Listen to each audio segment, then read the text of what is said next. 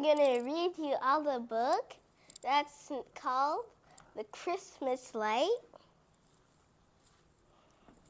So, now we're going to read it. So, The Christmas Light by Claudia, Cangilla, McAdam, illustrated by Igor, Kovyar.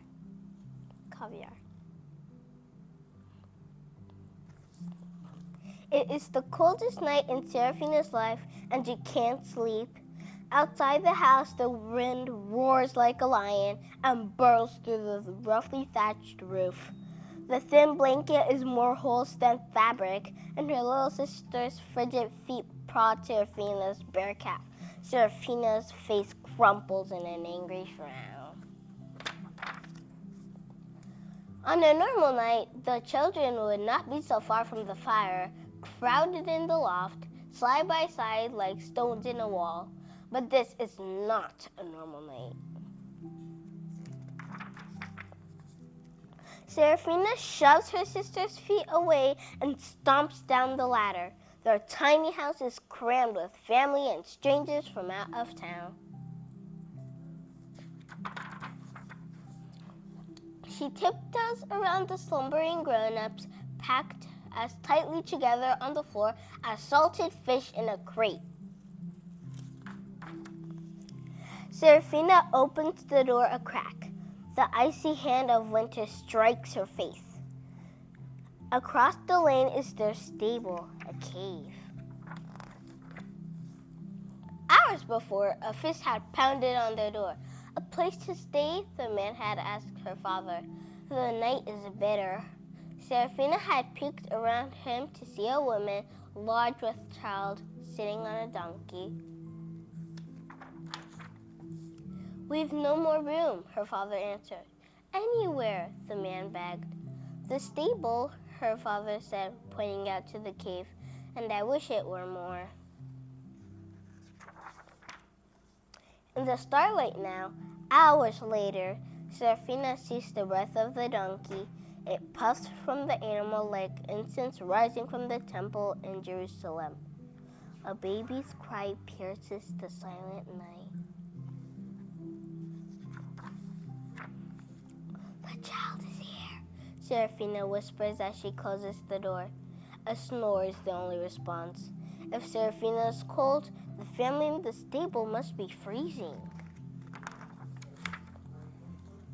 From the dying embers in the fireplace, she lights an oil lamp. Pulling her mantle around her shoulders, she slips out of the house into the frosty night and crosses the road, her hands shaking with cold. The man stands just inside the stable, and she offers him the lamp. "For a fire," she says. He bows as he takes it and touches the wick to a pile of straw gathered inside a stone circle. The flame sends shadows dancing on the rock wall. The glow of the fire lights up the face of the mother kneeling next to the manger. She opens her arms wide, inviting Serafina to come closer. Serafina stoops to where the baby lies. She slips off her mantle and tucks it around him. Her gentle as touch as gentle as a bedtime prayer. The child smiles in his sleep, flails his arms, and grips her finger with his tiny hand, so warm against her chilled skin. The heart of his touch rushes up her arm and settles in her chest. The baby's mother nods as if she knows a secret. Serafina rises and glides from the cave, her hands trembling with excitement. Outside, the sky has become thick with fluffy, white flakes floating down. She has never seen it before, but she has heard the elders talk of the last time it snowed in Bethlehem, 50 years earlier. Tonight, snow fills the air like bits of sheep's wool borne on the wind at shearing time. Still glowing from the touch of the babe, Serafina steals back into the house and sails up the ladder.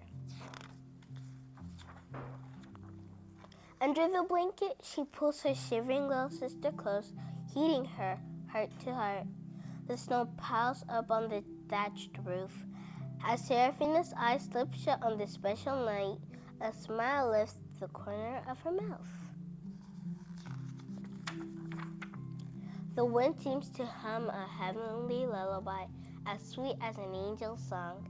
Seraphina falls asleep on a pillow of peace with a fire blazing in her soul on this, the warmest night of her life. The end. I hope you enjoyed this story, everyone. Merry Christmas and bye!